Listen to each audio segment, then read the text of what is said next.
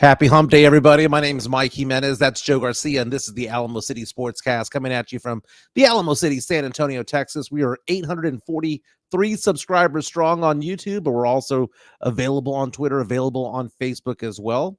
Big show as always. We like to talk sports, pop culture, and nostalgia here. This is going to be a beefless version of the show, okay? Yes. There will be no beef going on today. That was ridiculous yesterday. Apologies for that because we had to lay down some ground rules at that point afterwards because we're not going to have that stuff. Next time something like that happens, Joe, just yank it. Gotcha. Just yank it. Not going to happen again. So hopefully we're going to get everything all smoothed out over here. But speaking of smoothing things out, the concrete's being smoothed over right now at my house. Nice. Chris Leha, MCS General Contracting, showed up this morning. They're working on my patio. They're going to build a sidewalk for me, side of my house, prevent the dogs from getting out of that gate, right? Have a landing there. And the idea is for me to have a country music concert in the backyard in the next 30 days. In celebration of, the revitalizations going on. The rebirth of Michael Jimenez, the soon-to-be divorced Michael Jimenez, the revitalization, the renovation of me as a person and also of my house. Brand new furniture came in on Sunday. Nice. You get wicker furniture, or outdoor? No, the dogs will just chew that up and spit it out. No, I can't do anything outside when it comes to that. But the inside looks really nice. So the crews are going to be out there for the next couple of days. They're going to put up some ceiling fans on the porch, on the patio there. So to make it a little bit cooler, I guess, during the summer. I'm going to have my friends come by and put up some Christmas lights or something like that around. Oh, the string lights. To make it look nice. Going to go out and do some landscaping this weekend. I have a friend coming over, and we're going to plant some bushes and stuff like that around the backyard. Going to make it look nice. Going to mow it. Going to edge it. Make it look nice. And then at that point, I just need furniture for my bedroom, like a new set, and then maybe some flooring upstairs, and then I'm done. Whether I keep the house or get rid of it, at least I know it's done. You're putting equity back into it, and you're going to get it out at the end if you decide to sell. Dude, I was thinking about it, man. I have a nice house. It's a 7-year-old house, and it's 3,000 square feet. It's big. And I pay my mortgage of $2,001 on it. That's nothing, dude. That is nothing. Okay. I have a 2.625% interest rate on it. I did the math on it, right? I have $600 a month in equity that I build up on that thing, right? So if you take that 2,000, you subtract the 1,600, that's $1,400 right there, right? That's my true bill. But then again, you get to write off the interest and the taxes on all that. And then with the growth of the house, I came to the conclusion that it actually makes me money to stay there. It does. Over time. If you can't even get a nice apartment, for that amount of money. I mean, depending on what side of town you want to live on, right? You're going to probably get maybe a 2-bedroom, maybe. Dude, in my neighborhood, I have a house going up about 12 houses down the street. Yeah. Okay. I bought my house for $306. Yeah.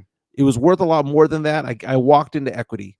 There's somebody building a house or buying a house down the street from me, 12 houses away for $650. Damn. There are some houses 3 blocks from me that are going for $900. I saw that. No way in the world it's worth $900,000. It's nice houses. I've walked in and out because I want to know what a $900,000 house looks like in San Antonio. Yeah. And it ain't much better than mine. So I may have to hold on to mine for a while. But MCS General Contracting on patrol right now over there. Yeah. And you know what? They're blaring the Tejano music. Of course, and Chris was asking me, if I'm going to give him crap about it. And I was going to say, it's too ethnic. They're working on it, man. You know what? Shout out to MCS General Contracting and Chris Leha. Yeah. Diamond Hard Concrete, Best man. In the business. Got to pay that guy in cash, baby. Got to pay him in cash. Cash money. Yeah, my dogs, though, are going to have a bad day because they like to be outside. Oh, yeah, they can't. And they can't, so they're in the kitchen right now. Well, not in the kitchen. One's in a kennel and one is in the Duncan, the husky, is in the restroom right now, kind of locked in there for a while. He doesn't mind it. He likes it because it's cold in there. Daisy's kind of just wandering around. So my 3 dogs are trying to figure out what the heck's going on when they see a sidewalk down there at the end of the day. And Chris says that we can probably walk on it by like 5 or 6 this evening. Yeah. They're going to freak out. You might have to take them for a walk, man. Yeah, the husky. It's funny because I can take my husky without a leash, Yeah. and he'll stand by my side, and he tries to run off. I just call him, and he comes back over. Yeah. The only time that he's ever freaked out is when somebody in a dirt bike came and tried to get him all amped up. Try to get him all freaked out. My two other dogs, they need to be on a leash. This is what it is. They'll take off. But the big question last night was, did I get home in time from Corpus Christi? Because I had work meetings over there last night to get them inside the house. I beat the storms by about 10 minutes. Yeah, man, they were coming, and you could see too off in the distance the lightning. It was putting on a light show. Oh yeah. As I was driving back up 37 north, Yeah. you could see the lightning. And by the time the rain came, when I got home, the lightning was all around me. Yeah. And again, it hailed at my house. Yeah. Again, it forever hails at my house. My niece had golf ball size hail at her home. Oh, that's damaging. Dude. And that was about 3 miles from my house, maybe 4 miles from You're my lucky house. you didn't get it. Yeah, it was gravitating towards Brennan High School. I live between Brennan and Medina Valley, and it kind of drifted away from us. Dude, my daughter right now in Baton Rouge works for the Baton Rouge newspaper. She was telling me that they shut down all the schools and LSU today because they have 80-mile-per-hour winds today with their crazy, storm. Dude. It's not a hurricane. It's not a tropical storm. They just have a rainstorm going by, howling 80-mile-per-hour winds. Like straight line winds. Yeah. Yeah. So she says that everybody is just being told to stay home. I mean, can you imagine trying to get to class? I mean, what are you going to do? Fly away. You're trying to be one of those weather guys braving the storm. Yeah, leaning back and having the weather push you forward. Oh, God. Lots to get into sports-wise today. We'll do some pop culture. Batting brackets, we're down to the final four. Hey, tomorrow we're going to have San Antonio royalty on the Alamo City Sportscast. Super excited about that. Frank Harris, the legendary UTSA quarterback who is now working for the university, will be on. And I've warned Frank. I told him this is going to be a fun interview. I'm hoping to get something a little bit different out of him than what we normally get whenever we hear from Frank Harris, because we hear Frank Harris go on to San Antonio Sports Star, Ticket 760. We see him interviewed by KSAC Hands, WOAI. It's always KTV. the same. It's always very professional. Yeah. It's always very studious. Let's just keep it about X's and O's and UTSA what are you up to? Football. I want to get to know the guy. Exactly. I want to see the personality behind the guy. And people have reached out to me on Twitter saying, hey, good get. And my friend Sean is actually one of our listeners, was the one who flagged him down. He ran into him and said, hey, my friend has a podcast, would you be on it? That's kind of how we got it all together. Oh, nice, dude. So good lookout. Appreciate it, Sean. But Frank has been open. He goes, I know who you are. He goes, I heard your shows in the past. I know who you are. So I don't know if that's a good or a bad thing. People are asking me, I think Chris Leha was one of them, am I going to be talking about the fact that I don't like the Alamo Dome? Oh.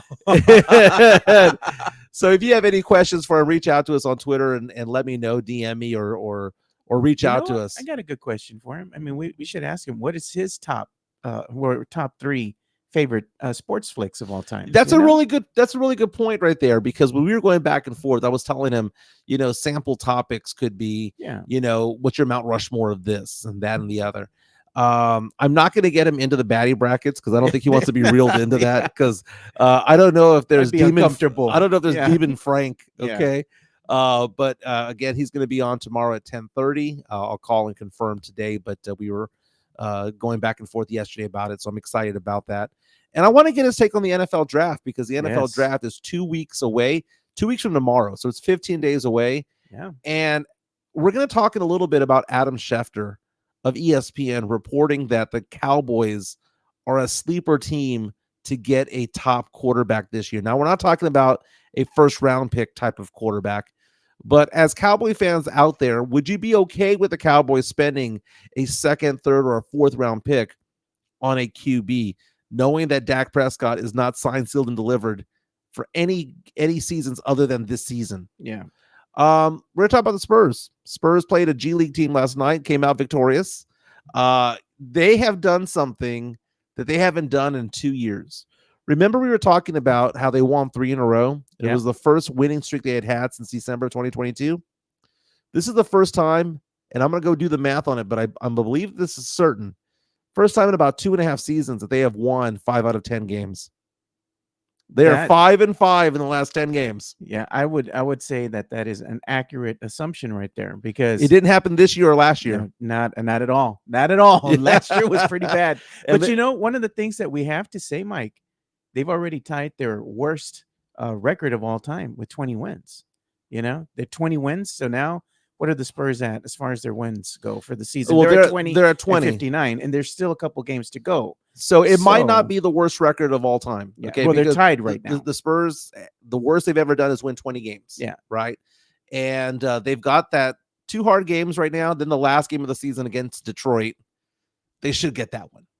They should get that You one would think to make it 21-61. What if Coach Pop decides just to sit all the starters and just let the youngins? Well, go out let's there? talk about this for a little bit because yesterday's victory, it ensured the fact that it's not going to be the worst team of all time. It's tied. It's for it. tied. Yeah. At worst case scenario is that it's tied. Yeah. But what it did was it elevated the Spurs to the 4th worst record in the league as opposed to the 3rd worst. And the bottom 3, which right now consist of Detroit, Washington, and Charlotte, have the 3 best odds of getting the number 1 overall pick, which is the 14% chance of getting the number 1 overall pick. Spurs had that 14% chance last season, won it. It was amazing that they did, that we got Victor Wembanyama as a result.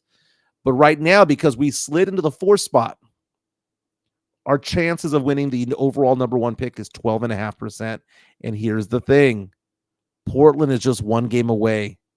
So if the Spurs win 1 more game, we might fall to a 10.5% chance. Ooh. And now at that point, instead of the Spurs kind of 6 or 7 having a 50-50 chance, there's a Yeah. 50-50 chance of us having a 7 or 8 pick Yeah. and not even getting Toronto's, which is top 6 protected. The Drew Show has a $5 super chat Thanks, coming Drew. in. What do all the Devin stands, Keldon stands, and Sohan stands think of the bench is outplaying them with Wemby? Bryant can't draft. Okay, so talk about Brian Wright, GM of the Spurs. Hey, they've been playing it better without Vassell and Sohan, dude. I don't know what that says. Maybe it's the pieces of the jigsaw puzzle don't work together. I mean, Possibly. Drew is bringing up something that is actually very interesting because it doesn't necessarily mean that it's talent. Sometimes you can assemble a lot of talent but not win games. It's whether that talent complements each other. Look at our boy Pledger's in here. And he says, James Pledger says, to be honest, with this draft, does it matter where they pick? Well, it matters. It matters in the sense that if they plan on trading that pick, a number 1 overall pick is more valuable to trade than a number 7 pick. Yeah, well, 1, 2, or 3. It's Right. really what's ideal, especially the number 1. A lot of teams are salivating over that. Now, the birthday boy Pledger bringing up the point that there's no tier 1. That's basically what he's saying. Yeah, I understand. Dude, I've gone to so many mock drafts, whether it be Bleacher Report, CBS Sports, ESPN, The Athletic. There's no consensus as to who the number 1 overall pick is. It's not like last year where it's Wemby. It's not like the season where it was John Morant and Zion Williamson. You have your favorites. It's all going to be depending on who is the number 1 overall pick and whether they're going to be drafting for need or for talent. And you can talk yourself into a lot of players. Yeah. I mean, I see some places like Zach Edey we were talking about yesterday. Number 15, number 45. I've seen everything in between. Zachary Reese-Archet. I've seen him going number 1 overall in some mock drafts. Seen some of going number 8. Rob Dillingham of Kentucky, who I've been a big fan of this year. I say that he's Kemba Walker. He's kind of a Kyrie Irving kind of guy. I see some mock drafts going as high as number 2, as low as number 8. Yeah. Reed Shepard, Isaiah Collier. There's no consensus as to where they're going to go. The thing is that I can talk myself into these guys. I can talk myself into them because Pledger's right. There's not a head and shoulders above everybody else. The question becomes, though, it's probably fit. It could be fit. Yeah. But let me ask you this. Would you rather have, they talk about a high ceiling, right? Okay. Do you want the highest ceiling possible, or do you want to have the highest floor possible? The highest floor possible basically means that they're going to be a good NBA player. I'll give you an example. When I saw Keldon Johnson go into this league, or Devin Vassell, they are high floor guys. Yeah, they're never going to be a superstar, but they'll always get you 15 to 17 to 18 points. Yeah. And they're not going to be superstars. I mean, but you do need these types of players to add to the roster.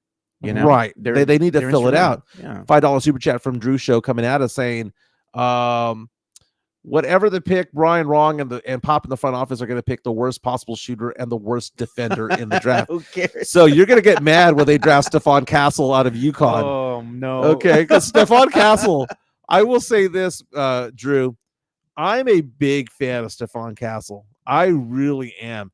And that guy cannot hit anything, man. He cannot shoot into the ocean, man. He is Worse than Sohan?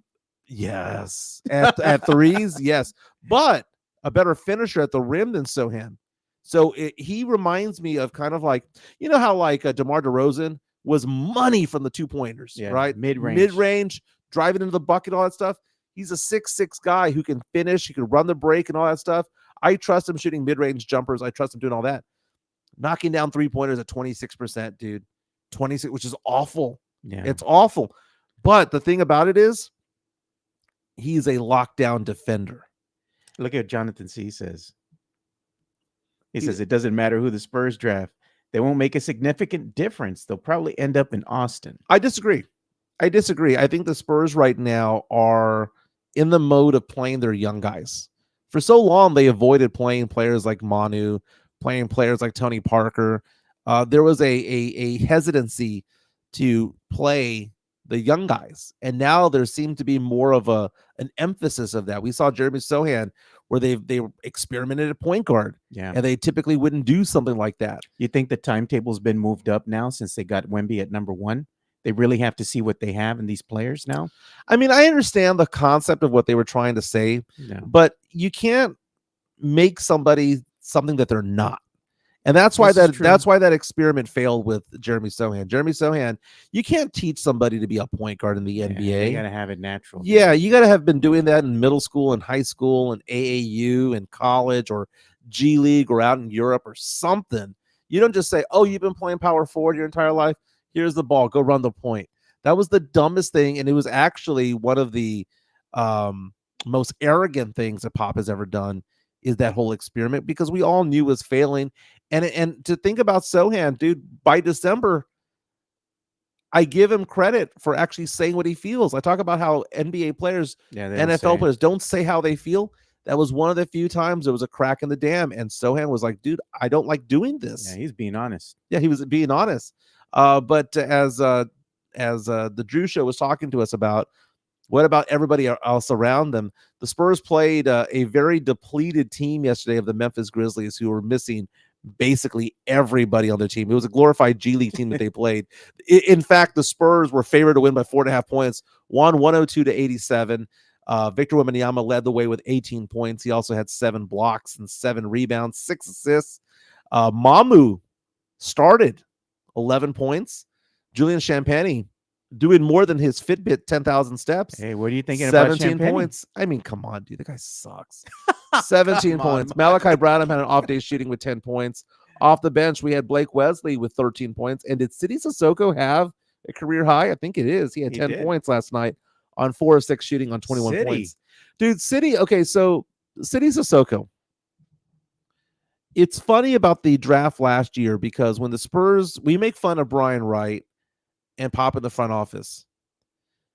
I swear to you, this is not revisionist history. This is not a Michael Jimenez tall tale. I was sitting there watching the draft last year going, I hope Sidy Cissoko gets picked at Spurs in the mid-40s. Yeah. Like, what are the odds that this guy's going to fall? And when the Spurs were picking, I don't know what number it was. It was like 44 or something like that. Yeah, number 44. I'm looking at it right now. They're picking at number 44. I'm like, oh my God, they have a chance to get Sidy Cissoko. They have a chance to get him, and they got him. Sidy is a first-round talent. Okay, he is a first-round talent. Now, I'm not saying top of the draft talent. Yeah, first round. But I'm talking about 25 through 30 is probably where he should have gone. And the Spurs got him. And what we're seeing is that this guy at 6'6", 200 pounds can play defense. And if you can lock somebody down and just develop an offensive game of some sort, okay? Drew Show reached out to us saying, sure, get another City, 10 dunks last night. He shot 1 corner 3 and put the rock to the other side of the court, nowhere near the basket. But the thing about it is this, is that, you know, this is a guy that I think actually has NBA talent in him Yeah. because he plays defense.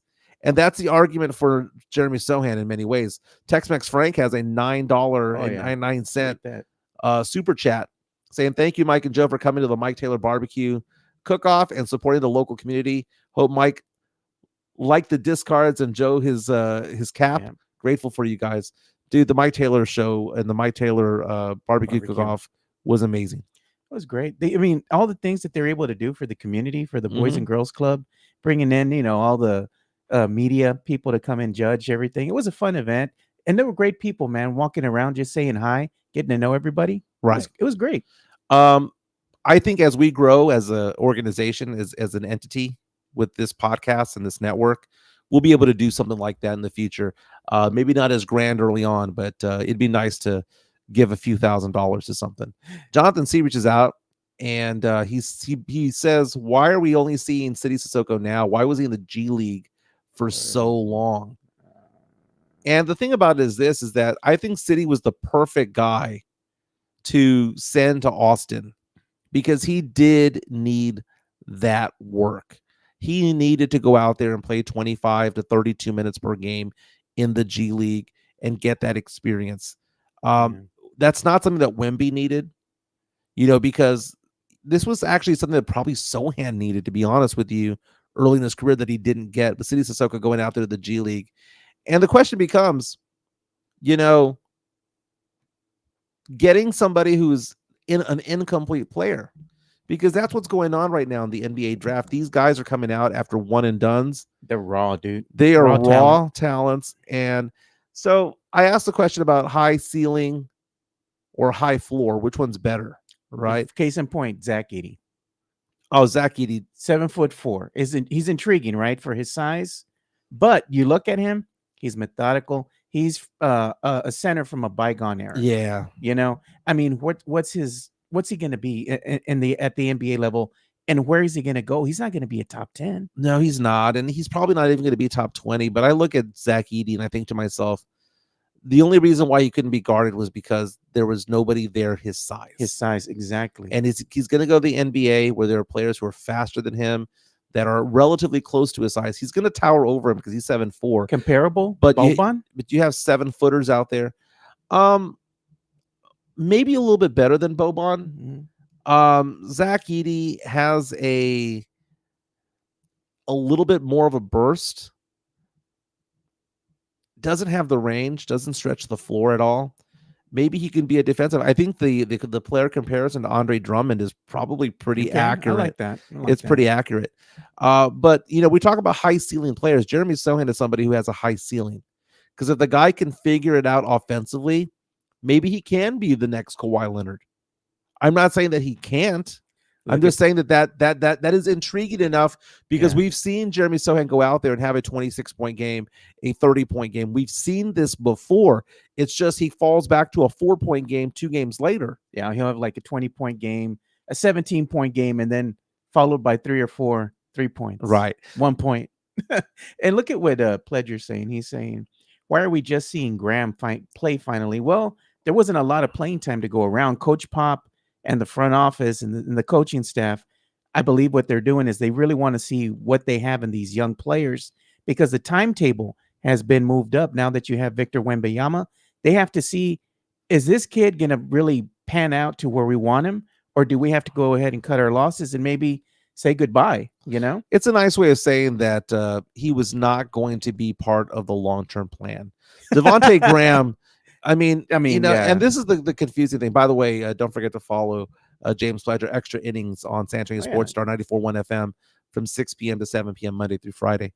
Devontae Graham obviously is one of the better point guards on this team. I mean, you can make the argument that Devontae Graham and Trey Jones, that there's not much of a difference between the two. But Devontae Graham has the ability to get the ball into people where they're supposed to get it, because this guy is a veteran point guard. Who would have thought that having a veteran out there who's 29 years old would be beneficial to getting the ball to Victor Wembanyama where he wants it, when he wants it? Give the ball to the tallest guy. Who would have thought, right? But the thing is that what I'm afraid is seeing players come to San Antonio or not want to come to San Antonio, the attraction is let's go play with Victor Wembanyama. The detraction or the thing that is not appetizing, if I was a mid-level veteran player, is playing for Pop. This is not Pop. We're not going to go to negative town and Pop slander. But what I'm saying is, you're not going to get the playing. You're not going to get the playing time. Exactly. Yeah. I mean, look at C.D. Osman. I mean, there are some games when he'd go out there and he'd play, some pretty decent minutes. Same thing with but Mamo. there were some other times when he just wouldn't. You go in years past, the Spurs are Thad Young. Thad Young, I mean, he came to San Antonio. His career was ruined at that point. Yeah. He was a decent player elsewhere. He comes to San Antonio, they stapled his ass to the bench. No playing time. Now, Thad Young was not a free agent pickup. That was part of a trade. Yeah. But the fact of the matter is that I would be fearful as a 29, 30-year-old veteran player to come to the Spurs, because you can look at all that they've done with the veteran players over the past 3 or 4 seasons, and it's been nothing. They just sit on the bench. They sit on the bench and rot, even if they are better than others. Tavares say, go sign Paul George. No, I'm okay. I don't want Paul George. Paul George is obviously a great talent and whatnot, but the fact of the matter is that is too much money to go for a player who's on the opposite side of 30. The NBA free agent list, though, for this summer, though, we've gone through this before, but look at what Tavares says. He says Devontae Graham is a better shooter than Trey Jones. It says Pop refuses to play him. Yeah, and that's it. I mean, why? Is the master plan because they were secretly tanking? Again, players don't tank, but organizations do. Like the team we have. So, again, let's go through this list of free agents. Tyrese Maxey, he's going to be re-signed by the Sixers because he's a badass. LeBron ain't coming to the Spurs. Paul George is a player option with LA. He's not going to leave LA for SA. Pascal Siakam, unrestricted free agent. Get to throw a lot of money his way to make it happen. And who's to say that Jeremy Sohan can't become a Pascal Siakam type of player? DeMar DeRozan, interesting. Hey, I wouldn't mind. I mean, DeMar DeRozan, come back home. He could alleviate. I mean, the guy's a bucket. He's a bucket, and he's a veteran. He knows how to win games, especially close games. And he knows Pop, and he knows the system. This young team just can't win those close games. Maybe, he comes back. DeRozan might make the difference. James Harden, get the heck out of here. Tobias Harris, I wouldn't mind. Miles Bridges, though, that's intriguing. I mean, I could be talking to Miles Bridges. That he screams Spur in the sense that just the way he plays, maybe not on a personal level, but just the way that he plays this season, averaging 21 points and 7 rebounds. Spurs need bucket getters. They need people that can shoot, man. And that is where a Miles Bridges kind of comes into play. But again, it just all depends on things. He had that domestic violence charge that happened in 2022. Yeah. He allegedly assaulted a woman in front of their 2 children. So maybe that's not something that the Spurs would want to entertain. But player-wise is good. Pledger saying Drew Holiday and Tobias Harris. I don't mind Tobias Harris. Drew Holiday, I mean, how old is Drew Holiday? It feels like Drew Holiday has been around. He's been around forever. He's been around for a while, dude. But he's a savvy vet, Yeah, he'll be 34 next season. He's still got some tread on the tire, dude. Yeah, Morby coming out saying Cade Cunningham from Detroit. They about to let go of Monty Williams. Monty Williams, man. I like Monty Williams, dude. Just as a person, dude.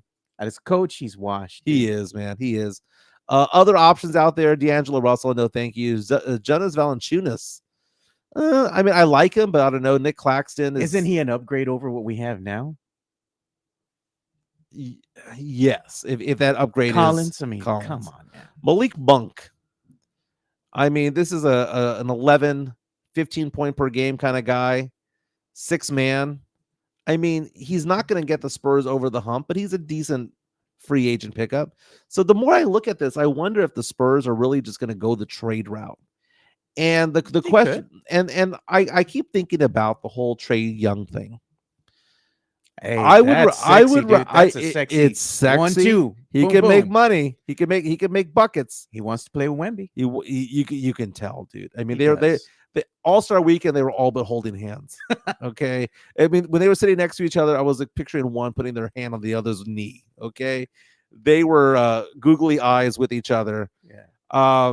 Trey Young can't play defense for No, but squat, but he can score but he buckets, could man. score. He could score. Golly, man, if we got like a Dillingham in the draft and just have him just spin him like a top and give him the ball and just go make a bucket. Reed Shepard, man. If Reed Shepard was 6'6", 6'7", but he's 6'4", I don't know. Cody Williams. I mean, that's another name out there from Colorado where Yeah. his brother is a star, and you would feel that it's in the genes, right? It's in the family genes to make this happen.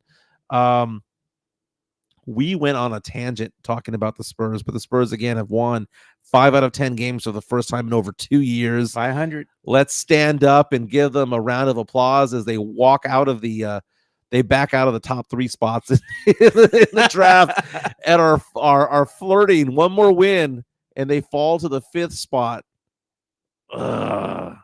What do you do at that point? I Yeah. mean, the thing is, I'm not opposed to them winning because you want them to have something to look forward to next season.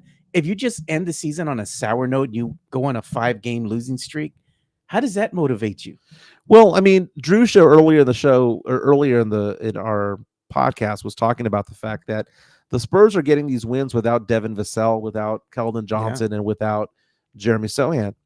So I hate to say this, Joe, that makes these wins even more meaningless. It means something if part of the young core that they're hoping to bring along way the next 2-3 seasons, we have lockdown under contract or winning games. Mamu ain't going to be starting next year. No. Julian Champagne ain't going to be starting next year. We're not going to be getting a lot of minutes from a lot of these guys out there. Sidi Sissoko ain't going to be getting 20 minutes of run. He's going to be in Austin. These are meaningless wins. Drew show calling them 5 out of 10. The Spurs squad is the replacements. The replacements. Shane Falco. Did I get the right movie? Scraping barnacles off the boat. I saw the replacements for the first time like a year or two ago with Pledger. It was funny. I because Pledger told me to watch it for my old show. Didn't you like the punter? He was always smoking. He's always smoking. He's Shane smoking.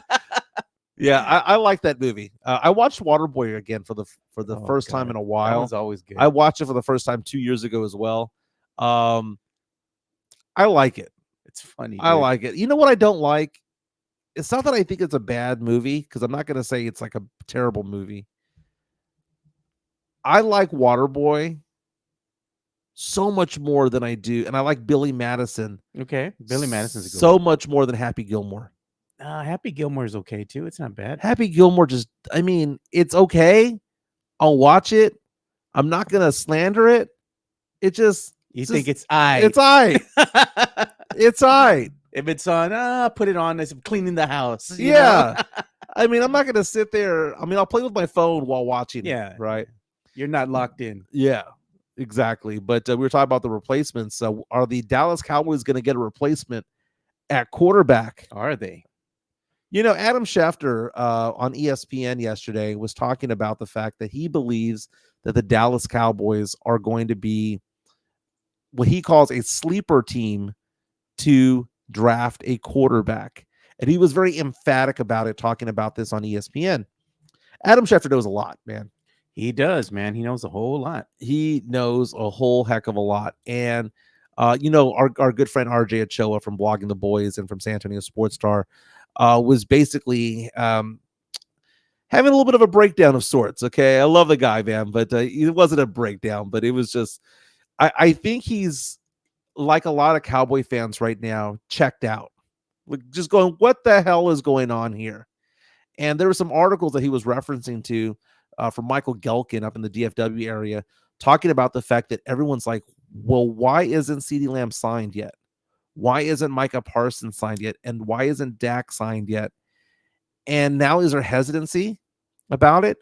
Because the Cowboys have forever been that team that says, we will pay you when we pay you. We're not going to pay you early. We're not going to rework your contract or whatever the case may be. Back in the day, Zeke Elliott held out. Back in the day, Emmitt Smith held out, and they got their way. And I think the Cowboys, because it's the same regime, it's Jerry and Steven, I think they look back at that and go, well, we're not going to be taken advantage of again. But they end up, no decision is a decision.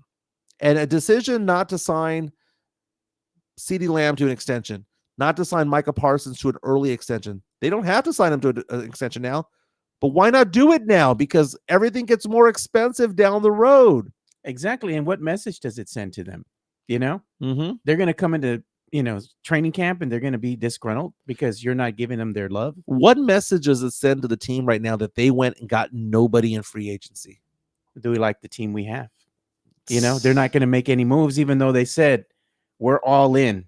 And you let some of your pieces go, but you're all in. So let's talk about this real fast, about the Dallas Cowboys, okay? Because if what Adam Schefter is true, and Taveri is saying Parsons wants out, I mean, if you believe his people, if you believe his brother talking crap on social media, they're not showing him love. I know. You can always find out when it comes to you can always see it when they unfollow people on Instagram. By the way, Jonathan C says he does it again. Great segue, Mike. You know what? I'll be honest with you. Internally, John, I was actually patting myself on the back. Like, I'm gonna pop my collar. I used to be a professional at this. Hey, but I was gonna say with Parsons, the rumor has always been that no matter where the defensive coordinator, the offensive coordinator, should I say, went for the Cowboys, he wanted to follow. Yeah, Dan Quinn, the DC now with the now with the Washington Commanders as head coach. Maybe he might want to go, over there. You never know. You never know. I mean, he did play ball at Penn State, right? East Coast, it's pretty close. Let's talk about the quarterbacks, though, because if the Cowboys are going to be picking a quarterback, chances are it's not going to be a first rounder because they would have to give up a lot of draft capital to move up. There is something called a trade chart. Yeah. That says if you want to move up from, say, 20-something to 12, this is what you have to give up in compensation. Each position of the draft has a point value. And that's why whenever we see trades happen, we go, okay, well, they traded this player, this pick for this and that. And it's always like, oh, they added a 6th and a 7th rounder. It's because they're adding the points together to make it even. Numbers got to match up. They believe in this structure. So the Cowboys aren't going to move up. The Dallas Cowboys, the 2024 draft, again, which begins in 2 weeks and 1 day. So 2 weeks from tomorrow. Try to see where the Cowboys pick. Man, the Cowboys pick number 24. And they're not going to get a top quarterback because there'll probably be 5 off the board in the first, let's say 4 off the board in the first 10 picks, right? So according to CBS Sports, here's their rankings of quarterbacks for this upcoming draft. They have Caleb Williams number 1. And most teams believe, or most prognosticators believe, that Caleb Williams is going to go to the Chicago Bears. They have Drake May at number 2. Most mock drafts have Drake May going 3rd when it comes to the quarterbacks because Jaden Daniels of LSU is considered to be, by many people, the 2nd best talent. Jaden Daniels is also the most dynamic. People are kind of concerned about whether he's going to get hurt. They compare him to Robert Griffin III out of Baylor from back in the day. Robert Griffin, man, he was great when he came in. He just didn't have the, let's say, the stamina. He didn't know how to fall. He would get injured too easy because he was on the lighter side. He was always upright. Yeah. He didn't know how to give himself up. And that is a skill set that we see with like Patrick Mahomes, or we see with some of these running quarterbacks. Maybe not like Josh Allen. Josh Allen wants to run right through you. But a Dak Prescott, a Patrick Mahomes, a running back a quarterback who can run, but that is not a running quarterback. They have found the ability to know when to slide, when to go out of bounds, and things like that. Jaden Daniels doesn't really have a problem with that. I think that it's completely overrated when it comes to it. Jaden Daniels has a cannon on him. He's not going to be like Cam Newton. He's not going to try to run you over, but he'll run.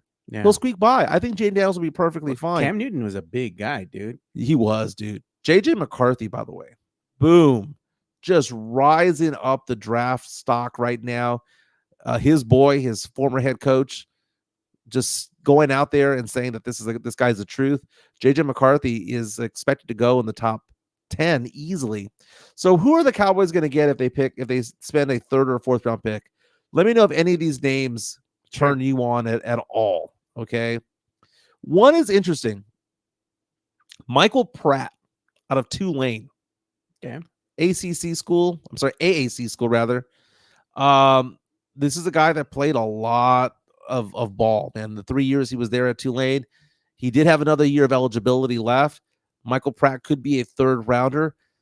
The next one is a decent player, but an even better name, Spencer Rattler. Oh man, that's a great. That's like don't just can't you picture Jerry Jones going, man, I knew when I saw Spencer Rattler, when I saw the game footage of him with South Carolina. I mean, they're known as the Cocks for a reason.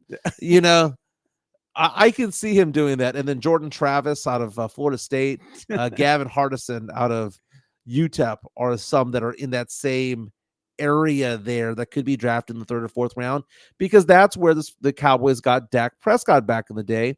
And Dak Prescott, by the way, went in the fourth round. The mock drafts had him in the second. He fell. Yeah. And the Cowboys picked him up. So let me ask you, Joe, as a resident Cowboys fan here, I know you're a lapsed Cowboys fan at this point. And Jonathan C. has a really good question, but we're going to get to that in a second. What position in the draft would you be okay with the Cowboys picking a quarterback? I know it's not going to be a first rounder, No, right? it's not. But if they spent, because what's gold? What you should be starting players, first rounders, second rounders, third rounders, they should be starters. Fourth and fifth should be competing for starting roles or maybe future starting roles. Yeah. 6 and 7, hope and a prayer. Yeah. 3 or 4 is where it's at. Dude. 3 or 4 is where it's at? Yeah. You like the name Spencer Rattler? I do, man. You know what? I'm looking right now too, and I got to say, man, the one of the names that stands out to me is I like Michael Pratt as well. Yeah. I mean, the guy's only 22 years of age. I mean, 6'3". He's taller than the other named quarterbacks that you just went ahead and said in what's his name, Rattler and Jordan. So I mean, I don't know, man. Tulane's not a bad school either. So I like this kid, dude. But it has to be something that the Cowboys see there as well. You look at players like Spencer Rattler. It's one of those things where he played for Oklahoma, he played for South Carolina, he played for good programs there. His last season, I'm taking a look at his last season as a senior, 69% accuracy, threw for 3,200 yards, 19 touchdowns, 8 interceptions. Now, when he was at Oklahoma, he threw for 28 touchdowns and 7 interceptions. He played another season, had an injury, and then got replaced. He made his way to the transfer portal, made his way to South Carolina. So it's a guy who's played both Big 12 and, if I'm not mistaken, SEC ball as well. Yeah. So that's not a bad name right there. I mean, let's see what you can get with him. A little bit short for the quarterback position. He's 6'1". But give me that other name from Tulane. Tulane, I liked Michael Pratt. Is what I was saying. I remember watching him play because Michael Pratt is somebody who played against UTSA. 6'3". Yes, 6'3", 200 pounds. Pretty decent size. Played in the American Athletic Conference for 4 seasons. Was a starter his freshman, junior, and senior year. Last year, 22 touchdown passes, 5 interceptions. The year before that, 27 and 5. Guy had 3,000 yards passing one time. I mean, in a 13-game season, not bad. So the Cowboys, again, according to Adam Schefter, a sleeper team to get a quarterback at some point in the draft. Again, keeping Dak Prescott is probably the number one priority, but after that, who knows? Look at what Jonathan C. says. Jerry Jones' voice. I want me some Spencer Rattler. Look at Pledge. Rattler has just had a top 30 visit with Houston. Oh, the Houston Texans need to get backup quarterbacks too.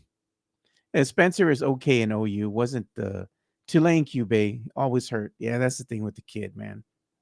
That's the thing. Now, here's the thing. Longhorn star is in trouble. So Jonathan, see if you can call up his comment as well. Talking about T'Vondre Sweat. Oh, yeah, there it is. So asking the question, y'all think Sweat will drop to the Cowboys? This is a guy that is highly touted is expected to be a potential first round draft pick, arrested over the weekend for DWI, suspicion of DWI. Ooh, not good. And it was actually a very bad car accident that happened at, it was during the day. It wasn't like the middle of the night. Yeah. It happened during the day. But he's somebody that 5-year career at Texas, had 127 tackles, 5 sacks, 15 passes defended, and a forced fumble. He was considered to be one of the top defensive linemen selected in the 2024 draft, and was considered to be a day 2 pick, so maybe somebody who would go in the second or third round. The Houston Texans were looking at this guy. This is something that you can actually maybe pick him up in the third or fourth round. Not bad. His second round talent. Hopefully this scares him straight and isn't something that's going to be something that perpetuates for him. But it amazes me how all these players do stupid crap before the draft. It's like you can't have their handlers like keep an eye on them, like put them away somewhere and say, you know what, let's not do some dumb shit for a couple weeks. Dude, that's the thing, man. I mean, and famously back in the day, I remember I was young, but I remember when Len Bias died. Oh yeah, man. Yeah, and the idea that was the first time he'd done cocaine, come on. You know, that's always that one thing that they always have, right? That all these guys have in common sometimes. I'll just one more hit and then I'll stop. And then Yeah. boom, that's it. They're done. And that right there is just stupidity. Yeah. It's just stupidity. We saw those guys from Georgia last year who were involved in that fatal crash that Oh, was yeah, expected dude. to be that was might have been street racing and whatnot. And Yeah, just being stupid. homeboy fell all the way to the end of the first round when he was considered to be a top 10 talent. Can you imagine how much money he lost out on? Mm-hmm. But he didn't lose his life like that young lady did.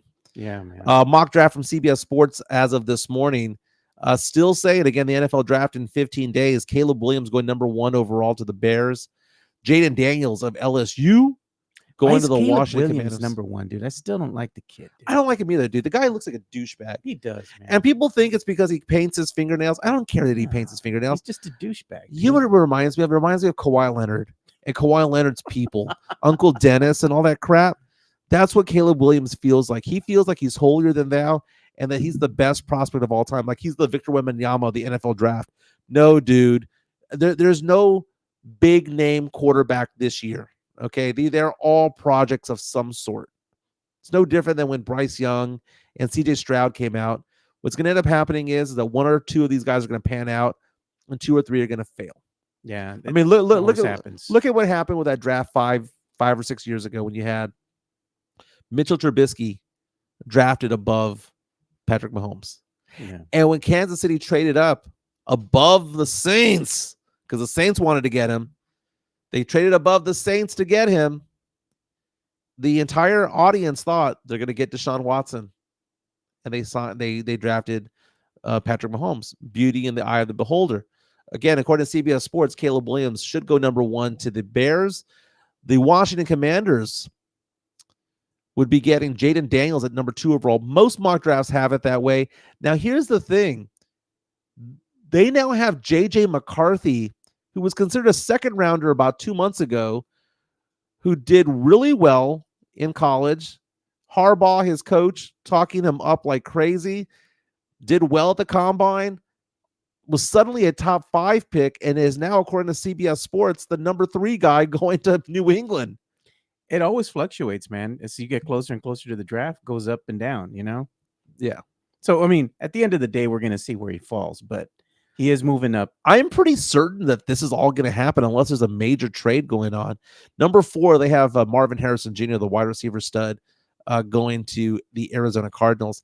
They believe that there's going to be a trade at number 5, a trade between the Chargers and the Vikings. They believe the Vikings will stay there at 5 and get Drake May, quarterback out of North Carolina. Malik Neighbors, LSU stud wide receiver, going to the Giants, according to CBS Sports. Joe Alt, offensive tackle from Tennessee, going to Tennessee, rather, from Notre Dame. Looking at other names on here that might be interested. Hey, look at James Pledger. He says, people do stupid crap all the time. They're just under a microscope. This is true. And they should know that. I mean, that's something that you're going to be looked at before the draft Right. is coming, and you got to not make stupid decisions. Well, you know? we'll push back on that. When people are doing stupid things at young ages, they don't have multi-million-dollar contracts, awaiting them. Yeah. That's the thing. They're just stupid at that point. Yeah, look at what Jonathan C says. If I was an agent, I'd say a simple mistake can cost you $100K. Yeah. Was it worth it? Was it worth it? Yeah, it's a hell of a tab. The mock draft has the my Saints going after an offensive tackle and passing on Brock Bowers. Man, I want Brock Bowers so bad. What a name, right? It's a great name, man. Brock Bowers out of Georgia, 6'4", That's a football player 240. name right there. That guy, I think that, remember Kyle Pitts was supposed to be that guy? Oh yeah, He was supposed to be that guy. And I told a friend of mine who's a huge Atlanta Falcons fan, if Kirk Cousins can't get Kyle Pitts the ball, Kyle Pitts is a bust. You could always say, well, it's because they had Desmond Ridder quarterback. They had this other crappy quarterback. You can blame somebody else. You can blame somebody else. If Kirk Cousins can't get that guy's stats, that guy was trash to begin with, right? They have the Dallas Cowboys selecting at number 24, Tyler Guyton, who is a offensive tackle from Oklahoma, 6'7", 328. I can buy that. They need an offensive tackle. Yeah, they do. Biotish is gone. Tyron Smith is gone. They need an offensive lineman, and it's not a sexy pick. It's not safe. But they need to do it, man. They need to do it. A lot of Texas Longhorns expected to go in the first round, according to CBS Sports. Adonai Mitchell, wide receiver, expected to go late first round to maybe Buffalo. You have players like Byron Murphy, defensive lineman, 6'1", 310, possibly going around number 18 to Cincinnati. I'm never confident about mock drafts because the NFL mock draft is the one that is least like the others, because when you watch the NBA mock draft, typically it's kind of there, right? It's like, oh, well, this is all kind of going relatively to form until the Spurs draft Josh Primo, and no one knows who the hell that guy is because he was a projected second rounder and the Spurs got him at 12. I'll never forgive Brian Wright for that. But the NFL draft is typically a crapshoot. There's always something going on. There's always a trade. Things will always happen. But if it was like this and there was no movement, I think a lot of this is legit. I think Caleb Williams is going to the Bears. It seems pretty obvious that he is. Yeah. Jaden Daniels going to the Commanders. Seems pretty obvious that it is. McCarthy going number 3 overall. Dude, there are people who are falling in love with this guy. He looks the part, man. He's 6'3", 202. And that's another thing about Caleb Williams. He's 6'1". A little bit short. Yeah. We saw about Bryce Young. Bryce Young was what, 5'10"? Small hands? No. Kenny Pickett was the one with small hands. Oh, no, yeah, it was Pickett. It was Kenny Pickett. Hey, the baddie brackets are out. We're down to a final 4.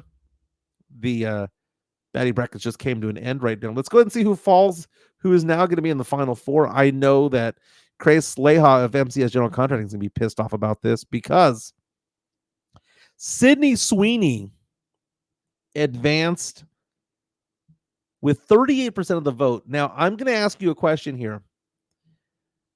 I want to know, Joe, should we change the rules on this? Controversy in our baddie brackets. Is it the OF OnlyFans?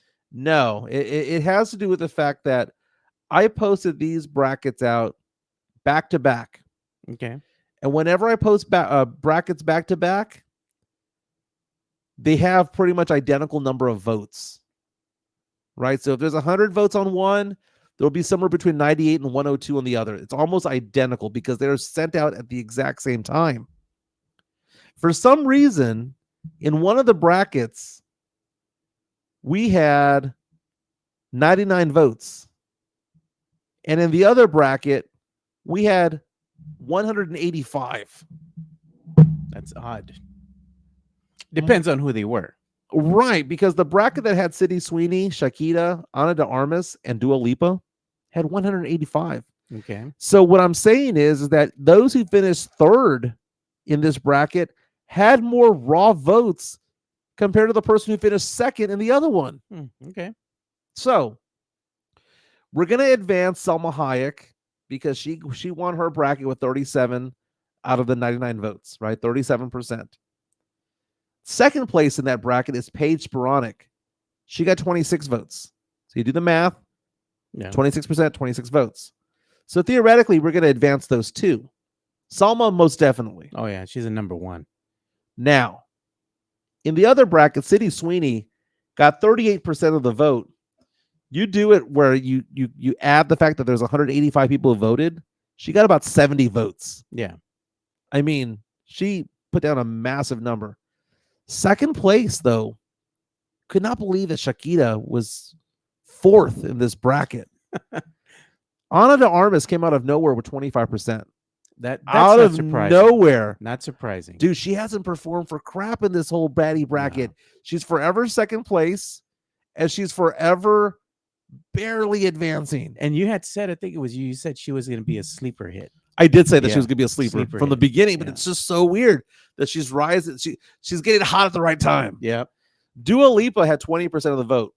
Funny thing about Dua Lipa getting 20% of the vote, 20% of the vote that Dua Lipa got is more at third place than what Salma Hayek got at first place in her other bracket. That's why I'm a little bit concerned here. So my question for you is, Salma Hayek advances because she won her bracket. Yeah. Sydney Sweeney advances because she won her bracket. Ana de Armas because she finished second in her bracket. Okay. And it was the bracket that had the most number of votes voted on. But my question for you is, who should be the fourth person? Because I did say the rules were the top two advanced. But because so many people voted on one category and then skipped the other, should the third place Dua Lipa advance, or should it be a second place Paige Sporonic, even though Dua Lipa got more raw votes than Paige Sporonic? Paige Sporonic got second place in her bracket, got 26%. Dua Lipa got third place in her bracket, got 20%. But raw vote-wise, it wasn't even close. Dua Lipa got more votes than Paige. That's a tough one, man. At the end of the day, though, I'd have to go with the voice of reason. Even though Dua Lipa did get more votes, Paige came in second. What say you? Reach out to us on our YouTube stream because Chris Lehow's already jumping in right now. He says, quit changing the effing rules. There has not been one rule change, by the way. I agree with Leha on this one. Paige moves on. Dua can kick rocks. It's so weird, man. Paige got 26 raw votes yesterday. Dua Lipa got 37. She got 11. She got 11 more votes than Paige. And look at again. Paige moves on because second poll did not load properly. It loaded properly. Stick to the votes. This just feels like the electoral college where one person gets more votes but loses the electoral college. Yeah. Well, you didn't win. Was it like Washington or something? You know? Yeah. You didn't get the 3 votes. Fine. Sydney Sweeney, Ana de Armas, Paige Sporonic, and Salma Hayek are advancing. You know, Ana de Armas is first of all, we want to just give a shout out to Dua Lipa because that was, you know, the golf clap because girl, you lasted in San Antonio longer than what most people would have thought. And Leha's coming in hot. So you screwed over. Get it, you bastard. I'm gonna charge you, upcharge you for that. I did it. Dua beat Jimenez Garcia in San Antonio. Beat her by 1 vote. Wow. Beat her by 1 vote. It was legit. As I like to quote TLC all the time from the 90s, it was actual and factual. Dua Lipa beat Big Booty Jimenez Garcia here in San Antonio. So now take a look at it this way. We're going to have a Final 4 tonight. Final 2 advance. Will others take votes? Okay, because you take a look at like Salma Hayek and Ana de Armas. Yeah.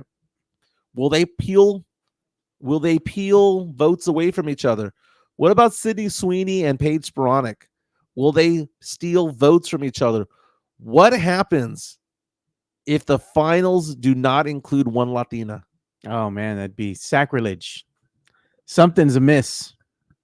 So do you agree with me that they should be 4 in a pod, top 2 advance to the finals? Yeah. Or do you think I should just pair them off 1-on-1 against each other, like Sydney versus Paige? Oh, kind of like a playoff, or like a playoff. Or do you want it to be where the Latinas go against each other, or the big chesty white girls go after each other. Which ones are we doing I here? think that would be good. Pair the Latinas against each other and the white women against each other. That way it'd be more even, it'd be more like a No, because you're afraid that if we put them in pods, that Paige and City are going to advance, aren't you? no, I'm saying like if you put them in pods, it's really depending on the voters at that point. And it's going to be dependent on the voters at any point. But I'm saying I think the odds would be better if you put the Latinas against each Yeah. other and then put the other white women against each other. Yeah, Chris Gonzalez reached out saying we need to have playoffs one-on-one at this point. Hey, I'm not opposed to that. I kind of like that. Okay, so let me see who got the most votes yesterday. So the most votes yesterday was Sydney Sweeney. So she's the number 1 overall seed at this point. She would have to play the runner-up. So it would be Sydney Sweeney against Paige Peronic. And it'd be Salma Hayek against Ana de Armas. Leja says, wow, Joe wants brown on brown crime. I'm just saying, the only one that's going to beat a Latina is another Latina, dude. You got to put them up against each other one-on-one. So Jesse says 2 versus 2. I think he wants the 4 in the pod. Yeah, and he wants 4 because it makes it harder to decide at that point. Yeah, and then Joe Gonzalez says 4 in the pod. I can be swayed up either way. I mean, there's no right or wrong. I mean, ultimately the finals is going to be a one-on-one. Yeah, I mean, why not start it now? Kind of like the Sweet 16, the Final Four. You're going up against the opposing player or opposing team one-on-one. Noah Bettis reaches out and says Sydney Sweeney is the definition of a nugget. I just hope that people do this around town. Like Noah's out with his boys one day. They're out at some sports bar watching a game, and he looks at a girl and goes, "That girl's a nugget." You got to thank the great Chuck McIntinick for that. Chuck McIntinick was the originator of that. Dude, 25 years ago, we were saying nugget. And we talked to him about that too at the Mike Taylor barbecue. And it was funny because he's like, I don't remember. What's it called? It was funny because I made fun of him. I said she was like if she was really hot, it was like 8 U's. It was like nugget. And it was with an IT at the end. So I'm watching a movie last night and got me thinking about the baddie brackets a little bit. We didn't have a redhead selection. Oh yeah. There needs to be next year a redhead selection because I'm watching a movie yesterday called Molly's Game. It's on Netflix. I only watched half of it yesterday because I started watching it when it was raining last night, and around 12:30 I turned it off to go to bed. And Jessica Chastain is in this movie. Oh, okay. And say no more. Jessica Chastain has always been very attractive. Yeah. But in this movie, ridiculously so. Let me show some photos from this movie here. Let me go ahead and see if I switch the screen here. There you go. She was ridiculously hot in this movie. And it got me thinking about the redheads. We didn't have a redhead category. There should have been. Jessica Chastain would have been, a top 2 seed? Yeah, and you didn't the have redheads? A full figured category. Yeah, but we included BB Rexa somewhere in there. But I'm just saying you should have put them together. You should have lumped them together. Chris Gonzalez saying, I thought we had Bryce Dallas Howard. I mean, that's another one there. She got some cake, bro. Other attractive, Isla Fisher is really pretty. Oh, yeah. Hey, she's on the market, too. Yeah, Isla Fisher and Borat are divorcing. Sacha Baron Cohen, yeah.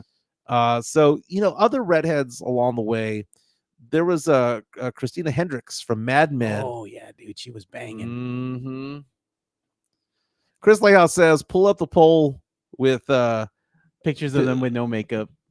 Okay. Let me just show you something here, Leha. I'm going to show you what Salma Hayek looks like with no makeup. Okay. They all have bad photos sometimes, dude. They all have bad photos. Makeup enhances, baby. It enhances. Just is what it is. Makes him look alive. Yeah. I don't know why they're calling Sydney Sweeney droopy-eyed Sweeney. What are you talking about? I guess it's her eyes, bro. Because you know what? Here's the thing that I will say about all 4 of them. Paige Sporonic, Sydney Sweeney, Salma Hayek, Ana de Armas. They're all 4 of them are 10s. Yeah. They're all 10s. There's not one that's mid of any of them. I don't care if people calling her midney. None of Oh them are mid, man. dude. None of it. If they walked into the room, they would light up the room. Every guy would fall in love, and every woman would Not with hate them. Leha. Leha has already told me about Sweeney. He says because we went and ate lunch together the other day, and he said, Yeah, "She aight, she, she I aight." no, dude. She's a nugget. You know what Oh she is? man. And it's so funny because she's starting to dress this way. She is basically modern day Marilyn Monroe. She's starting to dress like her with the same outfits and whatnot. Yeah. She is Marilyn Monroe. She's accentuating her features. Mm-hmm. You know.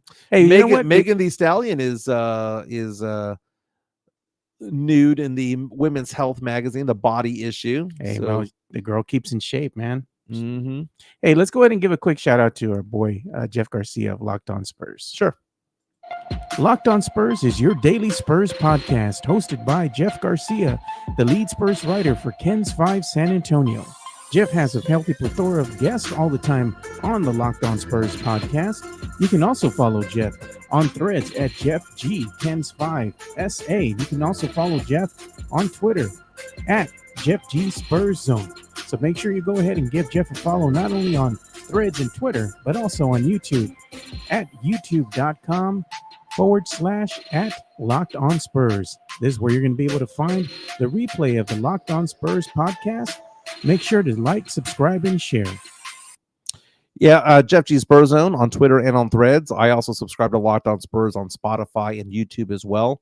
He has an article that he posted just 20 minutes ago saying, quote, Grizzlies G.G. Jackson says Victor Wembanyama's trash talk is difficult to hear because of his height. So he needs to get on the ladder. What's the weather like up there? He also has an article about Mamu, how Mamu played well in the absence of Jeremy Sohan and in the absence of Devin Vassell and Keldon Johnson. Spurs won last night 102-87. 20th win of the season, won 5 out of 10. First time in 2 years that they've won 5 out of 10 games. Jeff Garcia also had me as his guest yesterday, and we were talking about whether they should shut Wemby down, whether Wemby's going to win Defensive Player of the Year, first team All-NBA defense, and things like that. Again, Jeff G. Spurs Zone on Twitter and on Threads. People are still going. They said the picture you showed with no makeup on with the Selma. Yeah, that's when she was rehearsing for the Frida movie. No, man, her brows weren't together, man. Her brows weren't together at all. By the way, I wanted to talk about the fact that there's going to be a big concert this fall at Retama Park. Who would have thought that Retama Park was still alive? Retama Park, man. Who are they going to have coming through? So again, Retama Park is going to have live racing beginning of the next month or so. They're going to have some quarter horse racing. But they made an announcement on Facebook over the weekend that I found to be fascinating because the Tacos and Tequila Festival is moving over there. I don't know if you've ever been to Tacos and Tequila Fest, but I really like Taco and Tequila Fest. Really? It was at La Villita for a good while.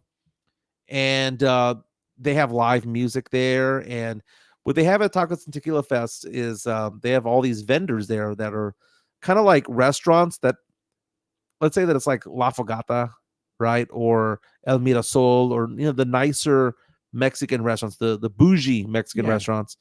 They go out there and they start cooking out there like with a taco truck. And you go over there and you're allowed X number of tacos, and then you can buy some, additional.